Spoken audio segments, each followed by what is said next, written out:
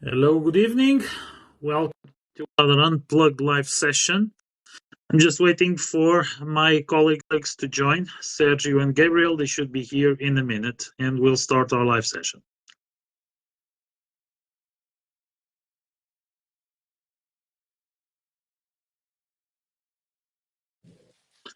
Hello, Sergio. How are you? Evening, Lionel. Good How are you? evening. So let's wait for Gabriel to join us. He should be there in a minute. Oh, he's at the party. Let's leave him out of this. yeah. Well, Albufeira should be booming on party nowadays. Although I've heard it's a bit colder over there than normal. Okay, I have Yeah. Gabriel wants to join, and well, let's accept Gabriel. He's a good guy. Yep. Hello. Good evening. Hello. How Hello. Good are evening. you? I'm good. Feeling And you? good? Okay. Well, good evening, everybody. Again, welcome to an Unplugged live session. It's Monday, 9:30, as usual. We are over here. I'm Leonel Rodrigues from Desirable Portugal Tours, based near Lisbon. With me, Gabriel Lima in the Algarve, in Albufeira, GL Tours, and Sergio Costa from Portugal EV Tours, based near Porto. So, welcome everybody, and thank you for watching. As I already mentioned in the post a few hours ago, tonight we're going to touch once again in the subject of the hidden gems, and a little bit on the consciousness that it's needed also to visit these hidden gems, because we have beautiful places, we have amazing spots in our country, and it's a very thin line in between being a hidden gem or being something that can be not so pleasant. And I'm gonna just start in here with a topic that I just read, okay? And I want to launch this as a discussion topic. It seems like Baleal, that at least most of the locals and Portuguese know, but the majority of the travelers might never heard of. Baleal was just awarded one of the 10 hidden gems in the world by Condé Nast Traveler. I just read that a few minutes ago. And when we have this big, media, big companies talking about the hidden gems, it's very easy for those places to stop being a hidden gem. And I remember when I was a kid, already when I was a kid and when I was growing up, going to Baleal was already an adventure, okay? Because it's for those that don't know, it's a little peninsula not far away from Peniche, and there's just a little dirt road, or there was just a little dirt road back then to connect to the mainland. And nowadays there's traffic restrictions to go across and so on, but it was already quite busy. And once you would go in, you would have sometimes a hard time to come out because of the traffic issues. So, it's a beautiful location, but being unveiled or revealed on these articles can easily make it a not so pleasant destination.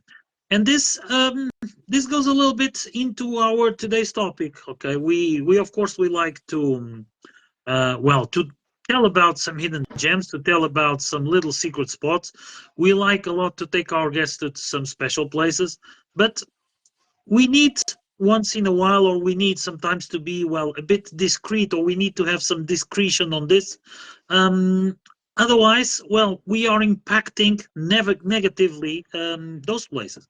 And at least for me as a local, I don't want to be part of the group of people that overexploit a certain place, or that just overrun a certain place with with people, because otherwise I will be the one pretty much ruining my place. Okay, so what consciousness do I have if I'm just thinking on doing business and ruining the local ecosystem? So this is something that I would bring to our discussion. And I don't know, if you knew about this or not, both of you. Nope. But well, I would love to hear, by example, from Sergio. What are your thoughts about something like this? Okay. Well, what can you tell us? Just starting with this topic. Well, good evening, everyone.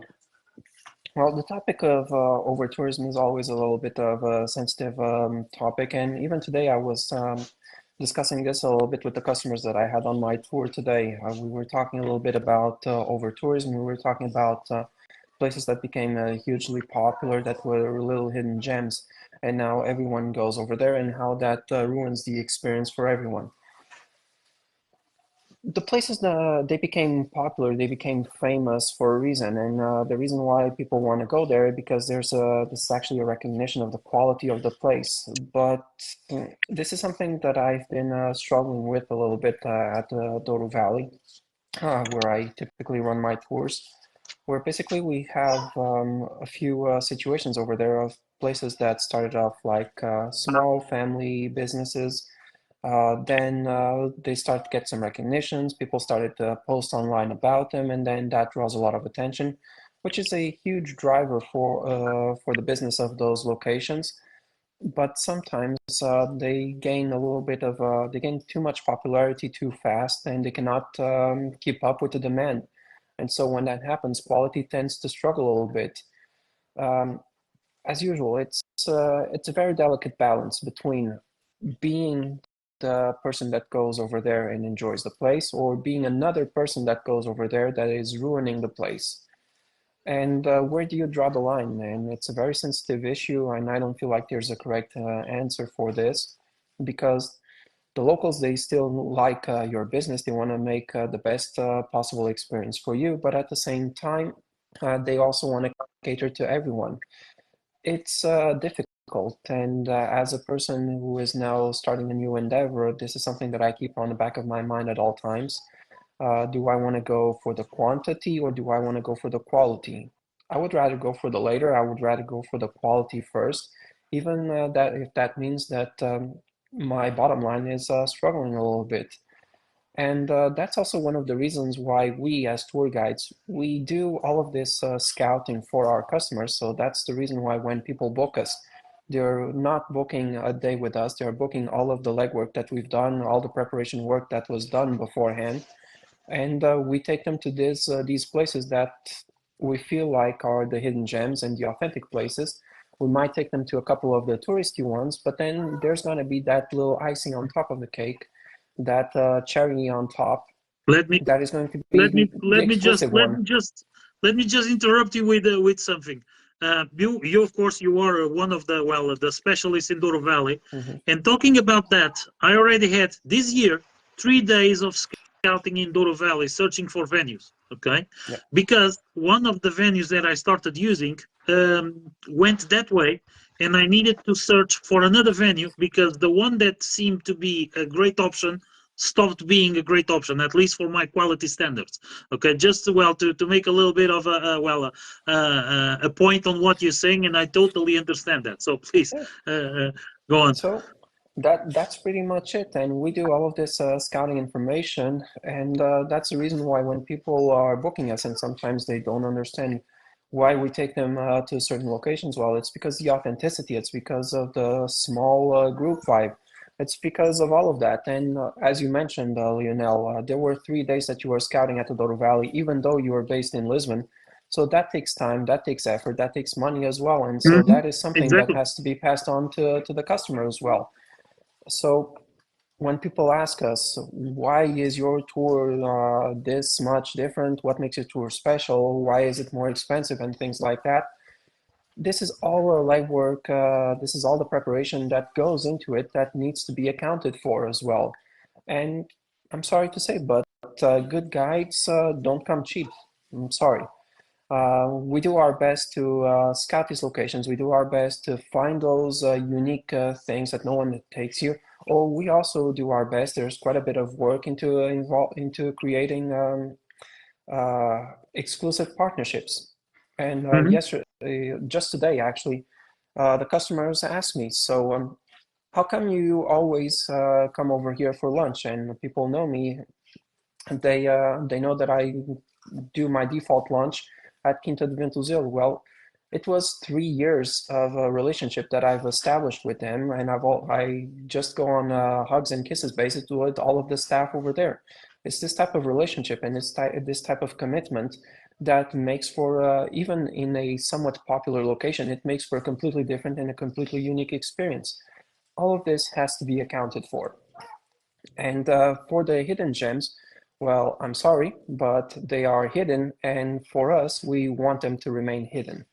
And so that is the reason why we sometimes will not fully disclose publicly some of the locations that we want to take you to. Sure, there are some standard tours that we do, introductory tours to a region, to a location, and whatnot. But when we have requests of people that say, well, I want to do 2, 3 days at the Douro Valley, for example, it's actually something that makes us really proud, and we can do something that is a little bit more on the specialty side. For example, there are some wineries that I go to when people ask me specifically about the DOC wines. When people ask me about boutique wineries, there's another set of wineries that I go to completely different from the first one. And it was a little bit of legwork, a little bit of scouting, as you said, Lionel, that is involved into the preparation of all of this during the low season. That's what we do. Sometimes we go quite a bit out of our way and we spend an entire day, sometimes 2 days away from the family, just for the sake of the business and for the sake of the customers. And these locations. Let me just interrupt you again. Sorry. For people to understand sometimes what you're saying, and I totally understand that. The last time I was doing some scouting in the valley, I had like a day in between tours, so I used that day to do some preparation work. I visited 5 wineries, okay, to choose one, because pretty much all the others that I had on my list, and that there were no renowned names, okay, because those ones that everybody talks about, I know that they are already popular, but from 5 wineries, there was one which I chose, okay, so it was a whole day just to get to one place. And that makes sometimes the difference, and that's how we find those hidden gems. I already told you about that winery. My guests that I took there, they loved it, but I'm not gonna spread it to everywhere. Even that they would probably love to have business, but they already have some good business, okay?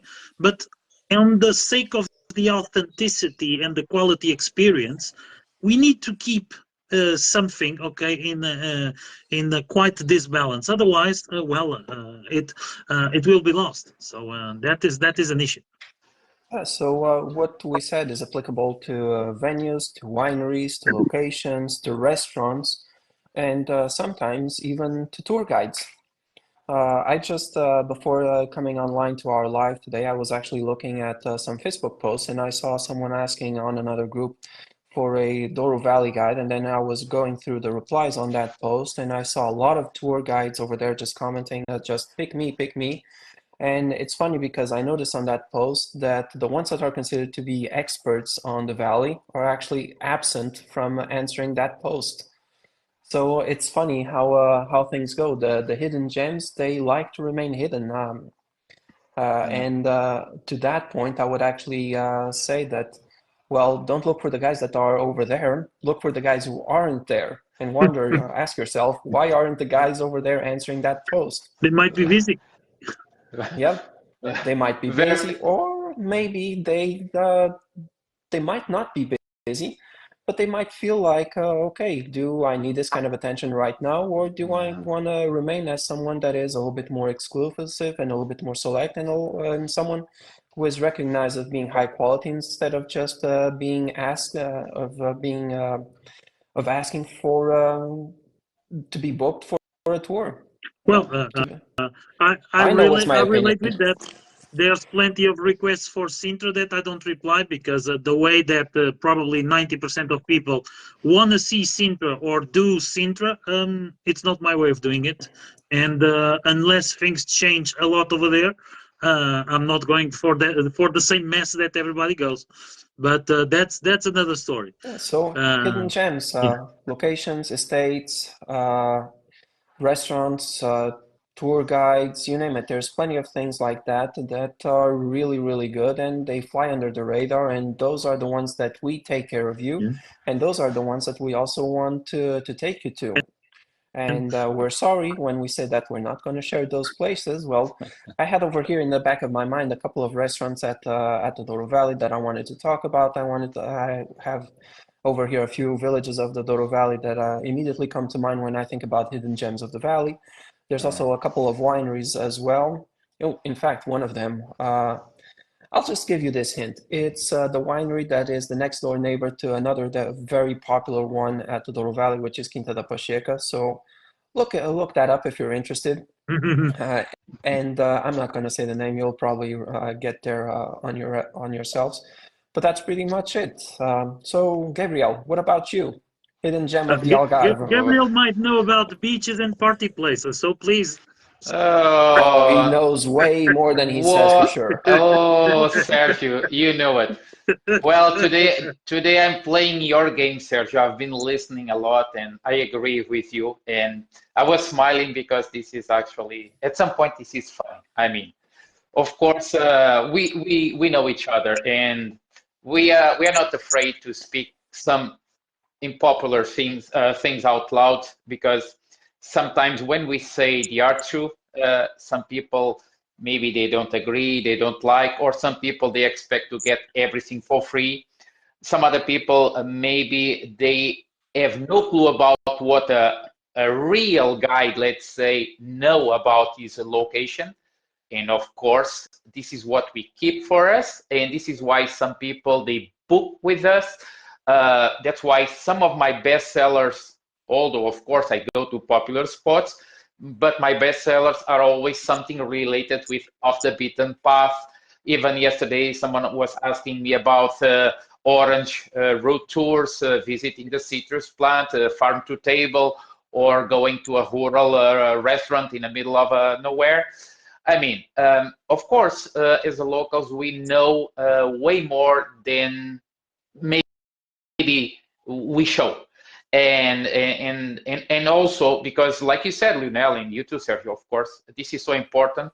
And I was remember even before I became a tour guide, I was already dealing with these ambiguous thoughts in my mind when I was in sales. I mean, I've been in sales for about 17 years. So I've been visiting places like, and I'm going to say now the most popular ones like Lagos, Sagres, Farragudo, Benagil. Where is Benagil? Jesus Christ. It doesn't exist, Benagil. Maringue, it was already popular. But what I want to try to say is, as a local, I was kind of, okay, this is good because I'm in sales, I'm making money, I have construction, I can make sales. I remember when I made a deal with the Conrad Hilton 12 years ago, it was my last big business, 4 million euros for the company, of course, not for me, I wish. But the thing is, I was seeing also, on the other hand, and unfortunately, nowadays I'm seeing this a lot, especially in Lagos and Tavira, because they are very popular, which is lots and lots of new concrete, lots of buildings, new hotels. I mean, of course, tourism is exportation, is an industry, and it means money is coming into the country, so it's helping the local economy. But of course, there's always a balance, which is hard to deal with. So, of course, when we have over tourism, and this word over tourism it's becoming more and more popular, because even today I was reading this article and then I shared with you guys about being a travel with a good tourist, how to be a good tourist. So I mean, of course, how to be a good tourist in the sense of when we travel to a country, to a place, to a restaurant, to a street or whatever, we should, we should respect the place itself. We should support locals as much as we can, of course. And we need to understand that when we travel to a country, we are not doing a favor. I mean, of course, we are bringing money to this country, but they are our hosts too. So this is a relation, and in a relation, both parts, they need to respect each other. I mean, most people, they are actually, at least the people I've been working, they've been amazing. Many people, they are very consciousness about the issues, and it's exactly them. Many times they bring the issue and they ask me, Gabriel, our locals, they see this, our locals, they see that. And this is very important for all of us to understand that what we do, our actions, they impact. It could impact in a positive way or in a negative way. I mean, so I think we all can do best, and if we are aware, this is a good start. I mean, we need to be aware about our actions. Okay. Okay. On the other hand, I understand why people they come to Facebook groups, because they want to know things, right? Tips, suggestions, and if these tips and suggestions they came out for free, it's even better. Okay. But the thing is, the world doesn't work exactly like this. Okay. So it's impossible to get all the good for free. It doesn't happen. So we need to invest somehow in knowledge, and knowledge is still very powerful. And although many people nowadays, they have lots of knowledge, there's lots of information, good information spread out over the travel groups. Like I said 2 or 3 weeks ago, many of this information that nowadays people they share on travel groups, it was brought by by tour guides. Because when people they hire guides, they learn about the places, the hidden gem, and then they share. But here's the point: if we share too much, maybe we can spoil something too. And I'm not going to say names, but of course I see nowadays some popular spots in the Algarve where I don't like to go, especially during the season. I don't go. I know Benagil, it's amazing, you know, beautiful. Don't ask me to go there. I don't go there. Okay, you can say I'm a local. It's not just because I'm a local. It's because I know what's happened there, and I'm afraid that something will happen in the future, and then you will understand what I'm talking about.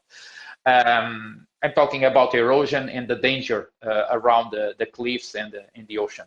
But hey, once in a while, we like to share also some hidden gems. I'm going to share a hidden gem today because I know it's hard for people to get there, because people, they also, most people, they don't want to do big efforts to get out of the comfort zone. But I saw this article today on a regional journal, Postal do Algarve, something like the Algarve Postal, and it was the headline. It was, "There's a beautiful desert hidden beach in the Algarve, and even now in summer you can go there, and there's room for everywhere." Well, of course, I'm talking about the Rio Formosa, and it's the backwater we call the Barrinha, known as the Barrinha de São Luís, right at the end of the Faro Peninsula, known as Faro Island. The thing is, in order to go there, you have to walk like 35 minutes, or you have to hire a boat, a taxi boat. And I mean, it's really worth to go there. But the thing is, there are no restaurants, there are no cafes, there are nothing. It's just pure nature. But then it's like Maldives. It's like, I mean, Maldives, not a touristy area. It's like a paradise. And okay, so this kind of hidden gems, I don't mind to share. Some others, I avoid too. I avoid too, because it's not just because I want to keep them for me to share with people. It's because if it become viral some points, they're gonna be spoiled. And when I say spoiled, I mean it's gonna harm the locals there. You know, in small towns, small villages, small beautiful spots, there are, well, now I just a place I used to go there when I cycle, and I remember only cyclists they go there, or hikers. If I go there, I'm pretty sure people. I've been there already with customers, and they say, why this is not known? And then I say, because I don't share this, and I hope you don't share too. You know, because we have to keep these some hidden gems. We need to keep this because otherwise we're gonna spoil everything very fast. And this over tourism is taking care of many destinations. It's not good. We heard about protests in Menorca, in the Balearic Islands, the Mediterranean. In Barcelona as well. And Barcelona, in Canary Islands. but I am pretty sure it's the same feeling in Dubrovnik, Venice, Amsterdam, and also in some places here. Yesterday, I saw a lady uh, on a Portuguese channel, and she was telling about how hard it's to get a house in Alfama, and she's been living there for about 60 years, and she was saying, I have nothing against tourism. I like tourists, but this is too much because nowadays there are only Airbnbs. I mean, where I'm gonna live? So I was born here. Where the hell? And she was running a business with fish, and the tourists they go there inside to take selfies, whatever. They don't buy fish. I mean, it's like I don't even know how to say this because people they start just doing like people you start doing like the Lelo bookstore, so or yeah something like that. yeah, nobody goes there to buy a book. They go Yeah. there to take photos. I mean, okay, I understand this, but I think we all have to be consciousness about this and well, try to do our best. So yeah, I agree with you, and I think as ambassadors to Portugal, but also responsible because we have a voice. We are also influencers at some point. We need to be aware about the things we share, and we need to educate people too about okay, if you can do better, please help us because the Portuguese economy we need you, but we need you in a good way, not in a bad way. And of course, I'm not saying people they do this just because they want to do. It's our behavior as human beings and as travelers too. We need to be aware about the consequences of our actions. You know that you've been touching in some very interesting points, and I just wanted to pick up what you just said about revealing or not the hidden gems and being aware of the harm that we can cause to certain places. Okay, and that is something that as business owners and all of us we have businesses with different characteristics. It's there is a social responsibility for owning a business. Okay, and unfortunately I see a lot of businesses just being driven thinking on business economics, on the financial part of it, and totally losing it on the social responsibility or the social awareness of what should and shouldn't be done. And there is a very hard competition. There's a lot of people in here. I could easily fight against a lot of those things, or even compete against those things, and pretty much play the game with different rules, or pretty much tilt the game to certain ways. But I prefer to sleep with my conscience in peace, with my peace of mind, and that I'm trying to do the best of the best that I can to help people to understand who we are, what we do, to understand our country, and to really enjoy our country, not just following a checklist to see this or that place. Of course, we need to once in a while to go to some more popular places, or in fact people want to see this or that place, but there's different approaches. Okay, and that's what makes the difference.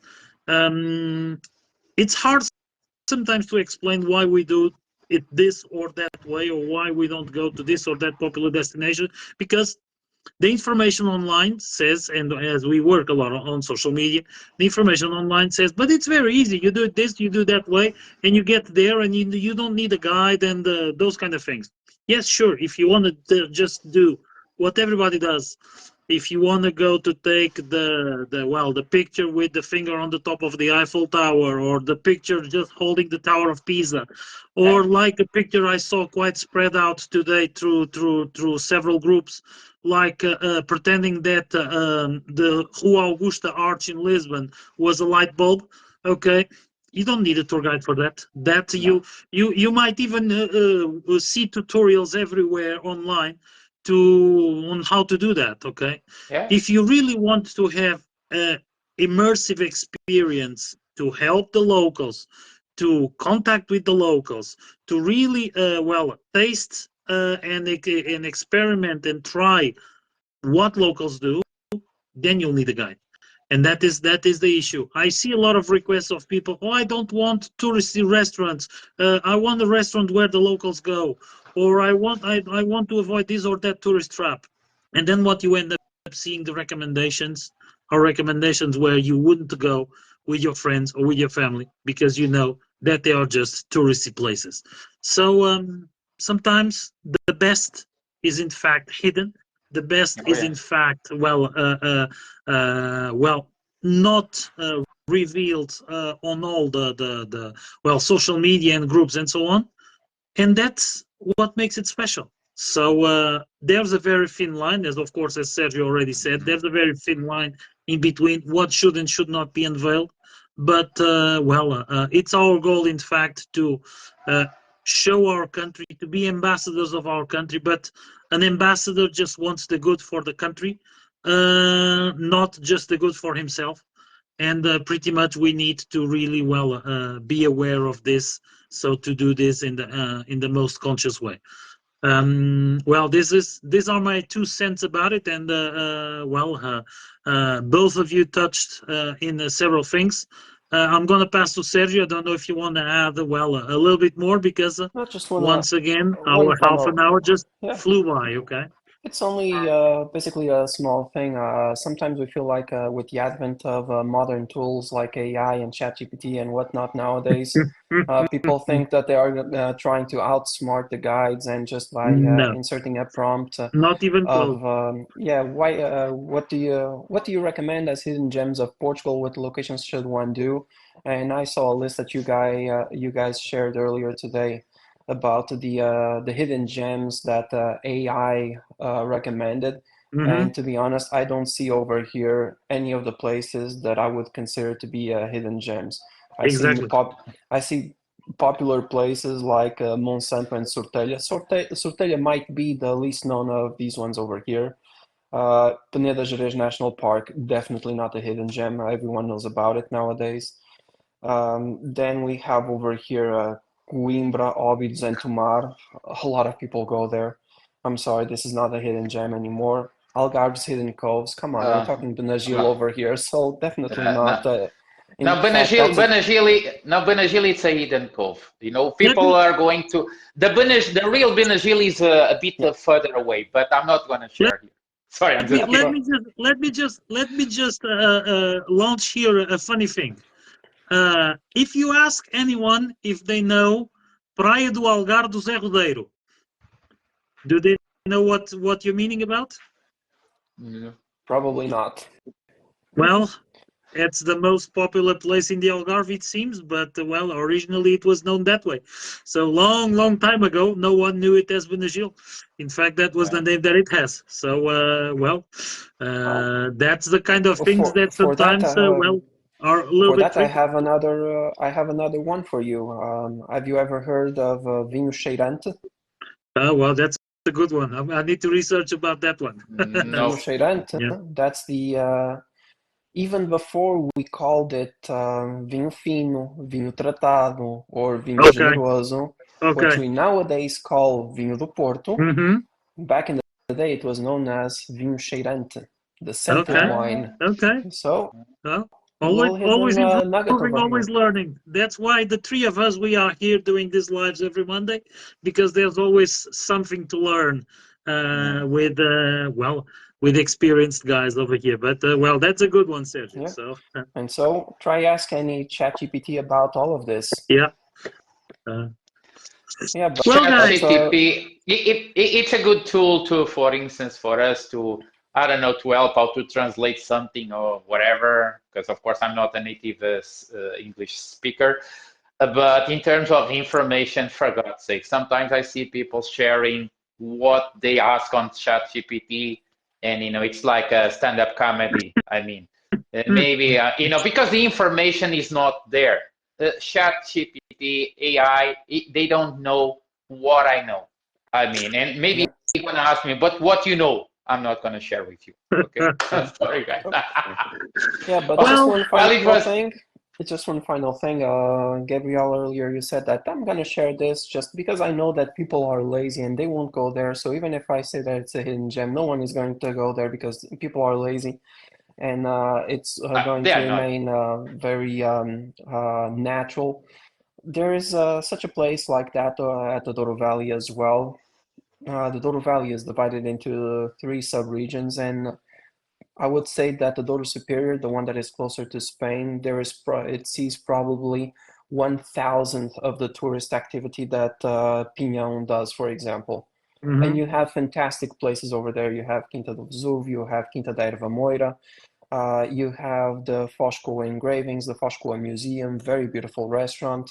And even the Foscoa Museum offers kayak guided tours to the engravings, nocturnal visits.